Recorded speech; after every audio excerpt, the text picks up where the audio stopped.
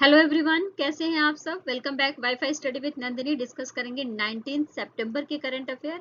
आइए चलिए स्टार्ट करते हैं और देखते हैं क्या है हमारे पास। और लास्ट में है रिवीजन।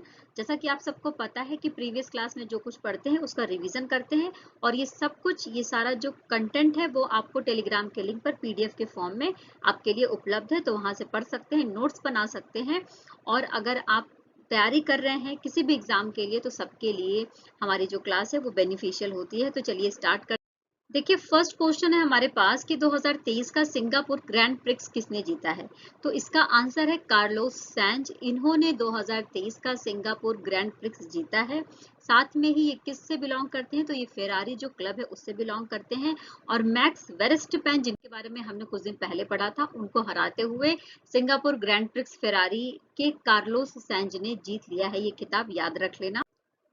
नेक्स्ट क्वेश्चन ये है कि कितने कलाकारों को संगीत नाटक अकादमी अमृत पुरस्कार से सम्मानित किया गया है, याद रख लेना। तो इनकी संख्या पूछी जा सकती है। संख्या है 84, जिसमें से 70 पुरुष हैं, मेल हैं, और 14 जो है फीमेल हैं, याद रख लीजिएगा। और इसको दिया गया है किसके द्वारा, तो हमारे देश के उपराष्ट्रपति हैं जगदीप धनखड़ जी, उनके द्वारा ये जो प्राइज है वो प्रदान किया गया है। अच्छा, इस प्राइज के तहत एक तामपत्र, एक अंग वस्त्रम और 1 लाख रुपए नगद पुरस्कार दिया गया है। देखिए, नेक्स्ट क्वेश्चन हमारे पास है कि यूनेस्को की विश्व धरोहर स्थल के रूप में पश्चिम बंगाल में स्थित किस स्थान को चुना गया है। तो इस स्थान का नाम याद रख लेना, शांति निकेतन को चुना गया है। शांति निकेतन के बारे में बात करें तो इसकी स्थापना 1863 में करी गई थी रविन्द्रनाथ टैगोर जी के द्वारा। और 1901 में इसमें जो है पारंपरिक गुरुकुल शिक्षा प्रणाली को अपनाया गया था, एक शिक्षा केंद्र के रूप में और एक कला केंद्र के रूप में इसको हम जानते हैं।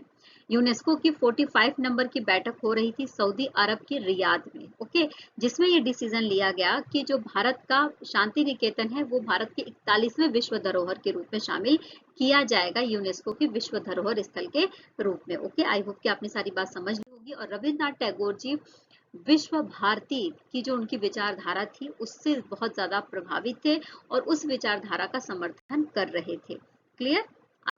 देखिए, रविन्द्रनाथ टैगोर जी के बारे में बात करें तो ये कवि थे, लेखक थे, साहित्यकार, रचनाकार, एक तरीके से समाज सुधारक, चित्रकार के रूप में हम इन्हें जानते हैं। जन गण मन की जो रचना है वो इनके द्वारा करी गई थी।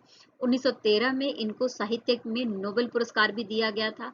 और बहुत सारी ऐसी रचनाएं हैं जिनके बारे में आप देखेंगे तो एग्जाम में पूछा जाता है, जो रविन्द्रनाथ टैगोर जी के द्वारा लिखी गई थी। जैसे कि गीतांजलि के बारे में पूछा जाता है, गोरा के बारे में पूछा जाता है, भारतो भाग्य विधाता के बारे में पूछा जाता है, आमार सोनार बांग्ला के बारे में भी पूछा जाता है। तो ये सारी इनकी रचनाएं हैं जिसको आप पढ़ सकते हैं। ओके, आइए नेक्स्ट बात कर लेते हैं यूनेस्को के बारे में। यूनेस्को जो संयुक्त राष्ट्र संघ है उसकी एक एजेंसी के रूप में काम करती है। कई बार मैंने अपनी क्लास में आपको बताया है। इसको हम राष्ट्रीय शैक्षिक, वैज्ञानिक और सांस्कृतिक संगठन के रूप में जानते हैं। क्लियर। इसका मुख्यालय आपको फ्रांस के पेरिस में देखने को मिलेगा। महानिदेशक ऑड्रे ओजेले हैं।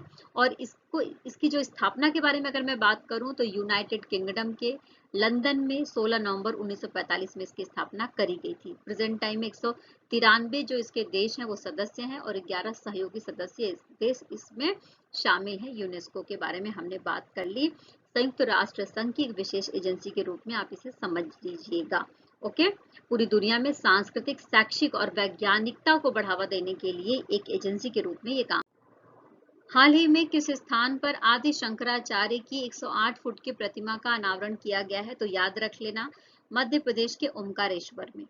भारत में पूरे 12 ज्योतिर्लिंग माने गए हैं भगवान शंकर के। तो 12 ज्योतिर्लिंगों में से एक है ओमकारेश्वर। तो यहीं पर शंकराचार्य जी की जो प्रतिमा है उनके 12 साल के स्वरूप को दिखाया गया है इस प्रतिमा के माध्यम से, क्योंकि ये कहा जाता है कि ओमकारेश्वर में ही अद्वैत वेदांत के जानकारी के लिए, उसके ज्ञान के लिए 12 साल की उम्र में शंकराचार्य जी ओमकारेश्वर पहुंचे थे। तो उन्हीं की याद में 18 सितंबर को यहाँ के मुख्यमंत्री शिवराज सिंह चौहान जी के द्वारा इनकी प्रतिमा का अनावरण किया गया, जो 108 फुट का है।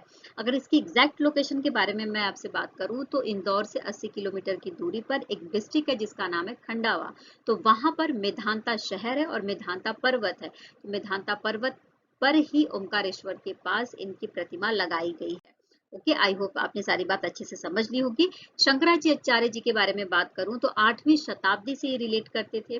जो हिंदू धर्म से रिलेटेड एक आचार्य के रूप में, दार्शनिक के रूप में हम इन्हें समझ सकते हैं, जिन्होंने अद्वैत वेदांत का अध्ययन किया था, उसके बारे में जानकारी प्राप्त करी थी और देश भर में घूम घूम कर यात्राएं इन्होंने करी थी। ओके, देखो, अगर इस मूर्ति के बारे में बात करें तो 108 फुट की मूर्ति है और शंकराचार्य जी के 12 वर्ष की जो छवि थी उनकी, उसको दिखाया गया इस मूर्ति के माध्यम से। ओके, और देखो इस मूर्ति के आसपास का जो एरिया है, जो 36 हेक्टेयर में फैला हुआ है, वहां पर अद्वैत वन बनाया जाएगा। क्लियर? देखिए, आइए नेक्स्ट बात करते हैं। विदेश मंत्रालय ने, यानी कि जो मिनिस्ट्री ऑफ एक्सटर्नल अफेयर है भारत का, उसने दक्षिण एशिया सम्मेलन कहां पर आयोजित किया है, पूछा जा रहा है। तो ये आयोजित किया गया है यूएन सिट्रल में। कहां पर? यूएन सिट्रल में आयोजित। देखो, जो ये बैठक हुई है वो कब हुई है? तो 14 से 16 सितंबर के बीच में हुई है। ओके, अच्छा, 14 से 16 सितंबर के बीच में भारत में हुई है। भारत ने इसकी मेजबानी करी है और जो संयुक्त राष्ट्र जो आयोग है उसके द्वारा भी इसकी मेजबानी करी गई है, यानी कि इसका उद्घाटन किया गया है। इसमें विषय क्या था? तो अंतर्राष्ट्रीय व्यापार कानून के ऊपर ये मीटिंग थी। इस बात को आप याद रख लेना। ओके, अच्छा, कौन कौन सी ऐसी अर्थव्यवस्थाएं थी जिसके ऊपर चर्चा करी गई? तो डिजिटल अर्थव्यवस्था के ऊपर, एमएसएमईज और ऋण तक पहुंच को बढ़ाने के लिए, यानी कि जो छोटे मध्यम आकार के जो उद्यम है उनको किस तरीके से सारे बेनिफिट्स तक पहुंचाया जा सके, इसके ऊपर बात करी गई। दिवाला, यानी कि अंतर्राष्ट्रीय जो दिवाला नियम है उस पर विचार किया गया। निवेशक राज्य विवाद निपटार सुधार, इस पर विचार किया गया। अंतर्राष्ट्रीय जो वाणिज्यिक मध्यस्थता है, यानी व्यापार के लिए जो मीडियोक्री का काम होता है, उसके ऊपर भी विचार विमर्श किया गया। तो ऐसे सभी विषयों पर अंतर्राष्ट्रीय स्तर के व्यापार के मुद्दों के साथ में इस बैठक का अंत कर दिया गया। ओके, आइए नेक्स्ट बात कर लेते हैं। इंडियन बैंक द्वारा शुरू की गई पहल का नाम क्या है? याद रख लेना, बहुत इंपॉर्टेंट है। बैंक से रिलेटेड न्यूज तो आजकल बहुत ज्यादा सुर्खियों में रहती हैं। तो आईबी साथी, इसका नाम याद रख लेना। ये है आईबी साथी, जो इंडियन बैंक के द्वारा शुरू किया गया एक इनिशिएटिव है। देखिए, ये जो बैठक हुई है, मतलब ये जो इंडियन बैंक के द्वारा आईबी साथी, ये जो इनिशिएटिव स्टार्ट किया गया है, उसका फुल फॉर्म देख लेते हैं, उसका नाम देख लेते हैं। तो sustainable access and align technology for overall inclusion, यानी कि समग्र समावेशन के लिए सतत पहुंच और संरेखित प्रौद्योगिकी। इस पूरे जो आईबी सारथी है, ये इसका पूरा फुल फॉर्म है, इस बात को याद रख लेना। इसका मोटिव क्या है? तो मोटिव यह है कि जो आम जनता है उसको बैंकों की सुविधाओं तक पहुंचाया जाए और जो बैंक से रिलेटेड जो भी न्यूज है, जो भी अपडेट है, उस तक उनको अवेयर किया जाए। ओके, हाल ही में किस लेखिका और फिल्म निर्माता का निधन हो गया है? तो बात याद रख लेना, गीता मेहता है जिनका अभी हाल ही में निधन हो गया है और ये 80 साल की उम्र की थी। ठीक है, 2019 में इनको पद्मश्री से भी सम्मानित किया गया था। इनके जो साहित्यिक रचनाएं हैं उनका 22 भाषाओं में अनुवाद किया गया था। यूरोप, अमेरिका और भारत में बेस्ट सेलर्स में इनकी पुस्तकें जाती हैं और इन्होंने बहुत सारी ऐसी डॉक्यूमेंट्रीज के साथ साथ में बहुत सारे वृत्त चित्र का निर्देशन भी किया है।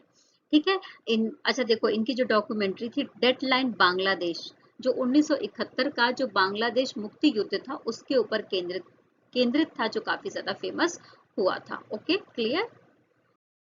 तो अब आइए रिवीजन कर लेते हैं जो हमने प्रीवियस क्लास में पढ़ा, फटाफट उसका रिवीजन करेंगे। पहले हम बात करेंगे विश्व जल, देखो पहले डेज के बारे में बात करेंगे। ठीक है, तो याद रख लेना कि जो विश्व जल निगरानी दिवस है, विश्व बांस दिवस और अंतर्राष्ट्रीय समान वेतन दिवस, ये तीनों चीजें हर साल 18 सितंबर को मनाई जाती हैं। ओके, द्रविड़ नेता CN अन्नादुरै की जयंती थी और उस पर जो हमारा द्रमुक है, जिसका फुल फॉर्म है द्रविड़ मुनेत्र कड़गम, ठीक है, इस पार्टी की सरकार है वहां पर। तो इस पार्टी की सरकार के द्वारा कौन सी योजना की शुरुआत करी गई है, जिसके बारे में हमने पढ़ा था?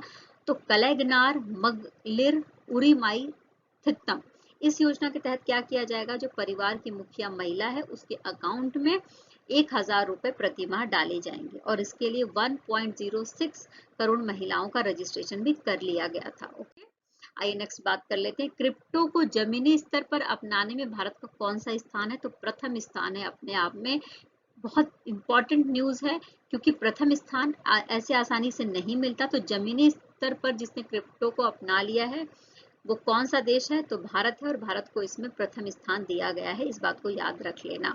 ओके, हाल ही में आरबीआई ने कितने सहकारी बैंकों पर मौद्रिक जुर्माना लगाया है? तो उन बैंकों की संख्या पूछी जा रही है, 4 है। जैसा कि हम सबको पता है कि आरबीआई अगर बैंक अच्छे से काम नहीं कर रहा होता है तो उसके ऊपर जुर्माना लगाती है।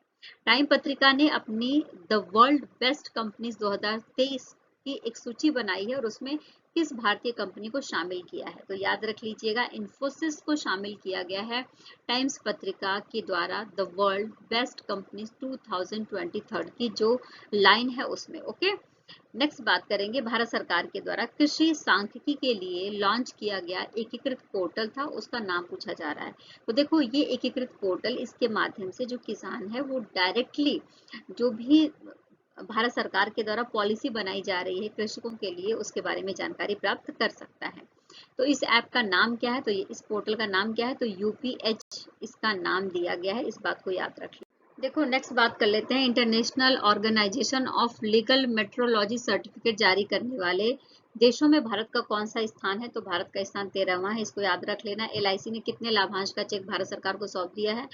तो 1831 करोड़ रुपए का जो चेक है, यानी कि जो लाभ मिला है भारत सरकार को एलआईसी से, उसको सौंप दिया गया है निर्मला सीतारमण को एलआईसी के द्वारा। ओके, नेक्स्ट बात करेंगे, एनटीपीसी ने कितने लाभांश का भुगतान केंद्र सरकार को दिया है? तो देखो, 1487 करोड़ रुपए का जो लाभांश है वो दिया गया है एनटीपीसी के द्वारा। इससे पहले भारत सरकार को इंडियन ऑयल कॉरपोरेशन लिमिटेड से 2182 करोड़ रुपए और भारत पेट्रोलियम कॉरपोरेशन लिमिटेड से 460 करोड़ रुपए के डिविडेंड इनकम भी हुई है, इस बात को याद रख लीजिएगा। देखिए, इस सेशन में इतना ही, फिर कल मिलेंगे नए न्यूज के साथ, नए विचारों के साथ में। तब तक टेक केयर, खूब खुश रहिए, खूब पॉजिटिव रहिए, जीवन में आगे बढ़ते रहिए और जो आप पे भरोसा करे उसके साथ हमेशा बने रहिए। Take care, bye bye.